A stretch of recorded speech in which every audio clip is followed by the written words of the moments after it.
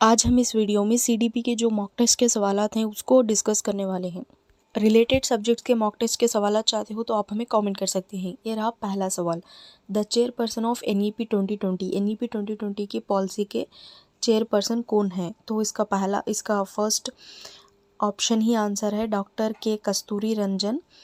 और दूसरा सवाल रहा, according to Gardner number of multiple intelligences are, यानी जो गार्डनर के इंटेलिजेंस थ्योरी है उसके कितने आपको मल्टीपल इंटेलिजेंस कितने हैं इंटेलिजेंस कहकर पूछा गया है। या कर इसका भी फर्स्ट ऑप्शन ही आंसर है 8। तीसरा सवाल रहा, a mind that found itself is written by, तो यह आकर क्लिफर्ड बियर्स की किताब है। इसका सही ऑप्शन रहा सेकंड। चौथा सवाल रहा, a person who said the children's mind is an empty black board, यानी बच्चों का दिमाग खाली तख्ते सियाह की तरह है, ये किसने कहा? तो इसका जवाब आकर जॉन लॉक ने कहा। और पांचवा सवाल है, a trait that students like in children's, यानी एक ऐसी खुसूसियत जो बच्चे टीचर्स में पसंद करते हैं, लाइक करते हैं, तो वो आकर फ्रेंडली नेचर है। फ्रेंडली नेचर बच्चों से रहेंगे हम तो डेफिनेटली बच्चे हमें उस खुसूसियत के बिना पर जो है पसंद करते हैं। अगला सवाल रहा, reflective journals are used as tools in such research method, तो एज ए टूल की तरह रिफ्लेक्टिव जर्नल्स को किस में इस्तेमाल किया जाता है? तो वो आकर एक्शन रिसर्च में इसका इस्तेमाल किया जाता है।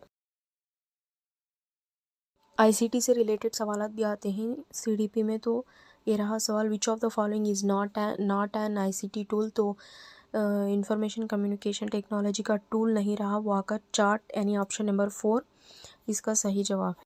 अगला सवाल रहा, ए 10 years old boy dropped out of school, according to RT Act he will be enrolled in class, यानी 10 साल का बच्चा जो है स्कूल से ड्रॉप हो गया है, अकॉर्डिंग टू RTE के हिसाब से, राइट टू एजुकेशन के हिसाब से, वो बच्चा किस क्लास में जो है दाखिला लेना है उस बच्चे को?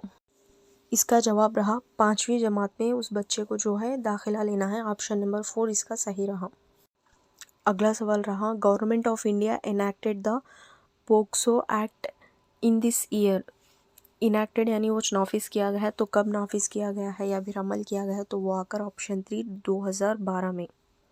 अगला सवाल रहा, the following teaching method is not for primary level, यानी प्राइमरी सतह के बच्चों के पढ़ाने का एक तरीका नहीं है, तो वो आकर लेक्चर मेथड है। प्रोजेक्ट मेथड कर सकते हैं, एक्टिविटी मेथड भी यूज़ कर सकते हैं, और प्रॉब्लम सॉल्विंग मेथड भी यूज़ करते हैं, यानी छोटे छोटे प्रॉब्लम्स देकर, लेकिन लेक्चर मेथड उनके लिए पूरी तरीके से अवॉइड करना है, तो लेक्चर मेथड इसका सही ऑप्शन है।